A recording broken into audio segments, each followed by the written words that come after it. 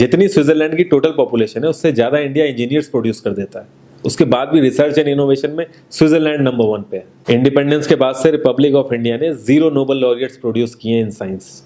USA ने 100+ कर दिए। ASER की रिपोर्ट के हिसाब से 83% एजुकेटेड इंडियंस एम्प्लॉयबल ही नहीं है।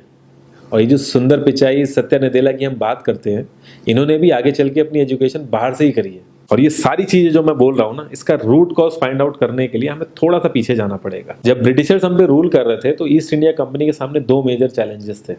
एक कम्युनिकेशन विद इंडियन, दूसरा वर्कर्स और क्लर्क्स की बहुत जरूरत थी उन्हें।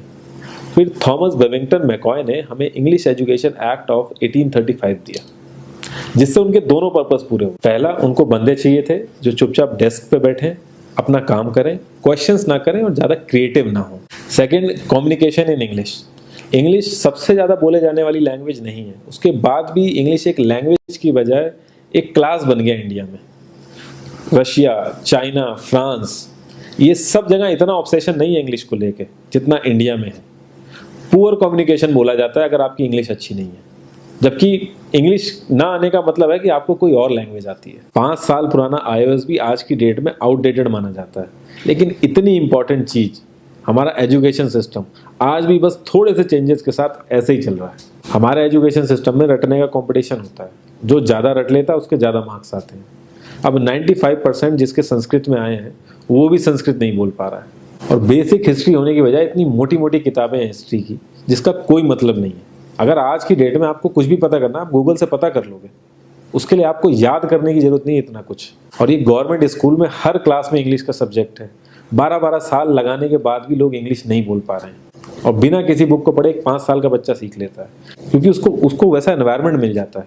a+b का whole square is equal to a² + b² + 2ab। इसका रियल लाइफ में क्या यूज है किसी को नहीं पता, न प्रिंसिपल, न टीचर, न बच्चे, बस पढ़ाए चले जा रहे हैं। हो सकता है इसका कुछ मतलब हो, लेकिन आप ट्राई करके देख लेना, किसी को नहीं पता। हाँ, 2ab की जगह अगर आपने 3ab बोल दिया तो 4 लोग हंसने वाले मिल जाएंगे आपके ऊपर। किंडरगार्टन में जो बच्चों को सिखाने के लिए टेक्निक यूज होती है वो लाख गुना अच्छी है कॉलेज की वो रटने वाली टेक्निक से। और जिन बच्चों के बहुत ज़्यादा नंबर आते हैं ना, जो वो छुपा छुपा के एग्जाम में लिखते हैं, आप देखोगे जब वो रियल लाइफ में जाते हैं ना तो ज़्यादातर क्रम्बल करते हैं वो। हर किसी को सेम सिलेबस और सेम चीज़ सिखाई जाती है बिना उसकी कैपेबिलिटी देखे। और क्रिएटिविटी का तो दूर दूर तक मतलब नहीं होता। अब एक लाइन से आप शेर, मछली, सांप, हाथी सबको लाइन से खड़ा कर दो और उनसे कहो पेड़ पे चढ़ो, उनको तो जिंदगी भर यही लगेगा ना कि वो तो किसी काबिल ही नहीं है। और द्रोणाचार्य ने भी पांडवों को उनकी स्किल सेट के हिसाब से उनको चीज़ें सिखाई, सबको एक ही चीज़ नहीं सिखा दी। और हमारे एजुकेशन सिस्टम में ज़्यादा ऑप्शंस भी नहीं है। सबसे ऊपर साइंस, फिर कॉमर्स, और सबसे नीचे जाके कहीं नंबर आता है आर्ट्स का। आर्ट्स लेने वाले को तो लोग इतना हल्के में लेते हैं जैसे वो किसी काम का ही नहीं है। हर माँ बाप को तो इंजीनियर या डॉक्टर ही बनाना है। कॉलेज वाले अगर एक्स्ट्रा कोर्स रख भी देते हैं तो माँ बाप एंट्री नहीं कराएंगे, तो वो सारा पैसा बर्बाद होगा कॉलेज का। तो ऑप्शंस कहाँ से आएंगे? और बचपन से ही आपकी ट्रेनिंग स्टार्ट हो जाती है। माँ बाप, भाई बहन, रिलेटिव सब यही समझाते हैं अगर आपके मार्क्स नहीं आए और जॉब नहीं लगी तो आपकी ज़िंदगी बेकार। और लाइफ की क्रिएटिविटी को आप रखते हो साइड में, और ये अच्छे मार्क्स और अच्छी जॉब पाना आपका सपना बन जाता है। अब ये सपना पूरा हो जाता है तो बहुत बढ़िया है, दूसरे को जेलस फील कराओगे, नीचा फील कराओगे। और इस छोटी सी उम्र में अगर सपना टूट जाता है तो सेल्फ डाउट में आ जाओगे। इतना बाहर वाले आपको नीचा नहीं समझेंगे जितना आप खुद की नज़रों में गिर जाओगे। आप किसी भी 4-5 सक्सेसफुल आदमियों के बारे में सोच के देखिए जिन्हें आप बहुत सक्सेसफुल मानते हो या जिनकी तरह लाइफ आप जीना चाहते हो। मैं ये कह सकता हूँ कि वो इस एजुकेशन सिस्टम की वजह से तो सक्सेसफुल नहीं होंगे, चाहे वो जो भी हो। धीरू भाई अंबानी, विराट कोहली, आमिर खान, नरेंद्र मोदी, ये सब हमारे इस करंट एजुकेशन सिस्टम के ट्रैप में नहीं फंसे। इन्होंने खुद सीखा, खुद एजुकेट हुए और खुद आगे बढ़े। किसी कंपनी के सीईओ को अगर ये कहा जाए कि आप अपनी कंपनी के सारे डिपार्टमेंट में इंटरव्यू दीजिए, तो कोई गारंटी नहीं है कि वो सारे डिपार्टमेंट के इंटरव्यू निकाल लेगा।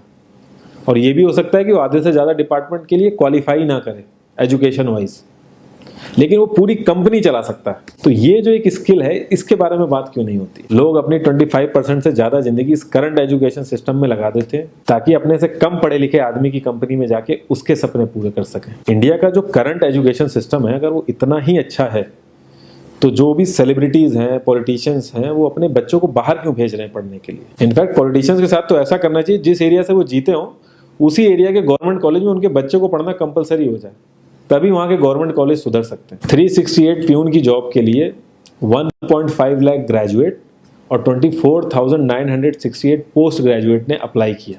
मैं IAS PCS की तो बात नहीं करता हूँ, वो तो एक पैशन की बात होती है, लेकिन कुछ लोग 5-5, 6-6 साल से तैयारी कर रहे हैं कि कोई भी गवर्नमेंट जॉब मिल जाए उन्हें। उनसे पूछोगे क्यों ऐसे इतने टाइम से लगे हुए हो, तो वो एक ही चीज़ बोलेंगे कि जॉब सिक्योर है। मतलब आप काम नहीं भी करोगे तो आपको निकाला नहीं जाएगा। ये सारी कामचोरी वाली बातें माइंड में इसीलिए आती हैं क्योंकि हमारा जो करंट एजुकेशन सिस्टम है वो इतना कॉन्फिडेंस ही नहीं देता है कि हम अपनी स्किल के दम पे कहीं जाके काम करें और हमें निकलने का डर ना हो। मैं आने वाले 10 साल की तो बात ही नहीं कर रहा हूँ, अगर मैं आने वाले 5 साल की भी बात करूँ तो टेक्नोलॉजीज़ में इतना ज़्यादा चेंजेस आ जाएगा कि जो आज हम पढ़ रहे हैं, जिस स्किल पे हम फोकस कर रहे हैं, पता नहीं वो रेलेवेंट भी होगी कि नहीं उस समय। Cloud computing, SEO, digital marketing, ये सब जॉब्स पहले एग्जिस्ट ही नहीं करती थी। हम लोगों को एजाइल होना पड़ेगा, नई नई चीज़ों को सीखने के लिए ओपन रहना पड़ेगा, क्रिएटिव माइंड लगाना